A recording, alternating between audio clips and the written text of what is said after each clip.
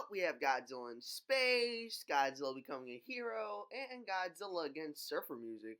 So what's next? Godzilla against Parenthood with Son of Godzilla, released in 1967.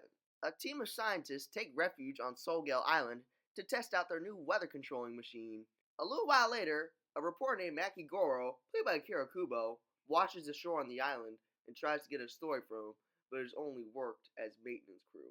Later, he finds a girl named Saiko Matsumiya, played by Beverly Maeda, who eventually becomes friends with him and has somewhat of a relationship with him. Later, they test out the science machine, but it fails, only to turn the local mantises into giant ones, which are commonly known as kamacuras. They then dig into a mountain where there's a giant egg laying in there. The egg is eventually revealed to be Minilla, aka the son of Godzilla. Godzilla arrives shortly after, 30 minutes in might I add, and fries two of the kamacuras while the third one retreats. Oh, and a hot take, the designs for Minilla and this Godzilla aren't that bad. Unfortunately, the laboratory has been destroyed, so Psycho allows them to go into her cave for the weather experiment.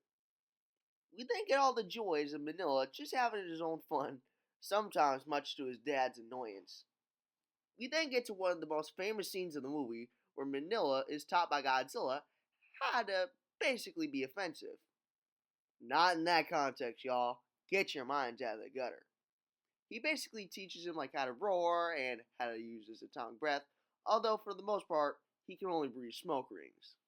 Meanwhile, most of the scientists have gone sick, so Psycho goes out to the forest to look for some herbs, but gets attacked by the last remaining kamacuras. Minilla joins her aid, but gets quickly knocked around, only being saved by Godzilla. However, earlier in the battle, Minilla accidentally tripped and sent some rocks falling into a valley, waking the giant spider, Kumanga. He attacks both Minilla and the kamacuras, fatally envenomating the latter, before trying to do the same to the former, only to be saved by Godzilla. Meanwhile, the humans have successfully got the weather machine back in operation, and it starts to snow. Back with the kaiju, the combined efforts of father and son easily defeat Kumanga. However, the island starts freezing over, and as they try to make it to the shoreline, Minilla collapses from exhaustion. Godzilla turns back, and in one of the most heartwarming scenes of the series, Godzilla embraces him as they go into hibernation. Overall, the human plot is really light and is not really that interesting, but the same, fortunately, can't be said for the kaiju, which are always interesting. And it's good to have a son of movie where the father actually interacts with the son. Overall, I'd rate this movie a 7.5 out of 10. Go check it out if you can. It's pretty good.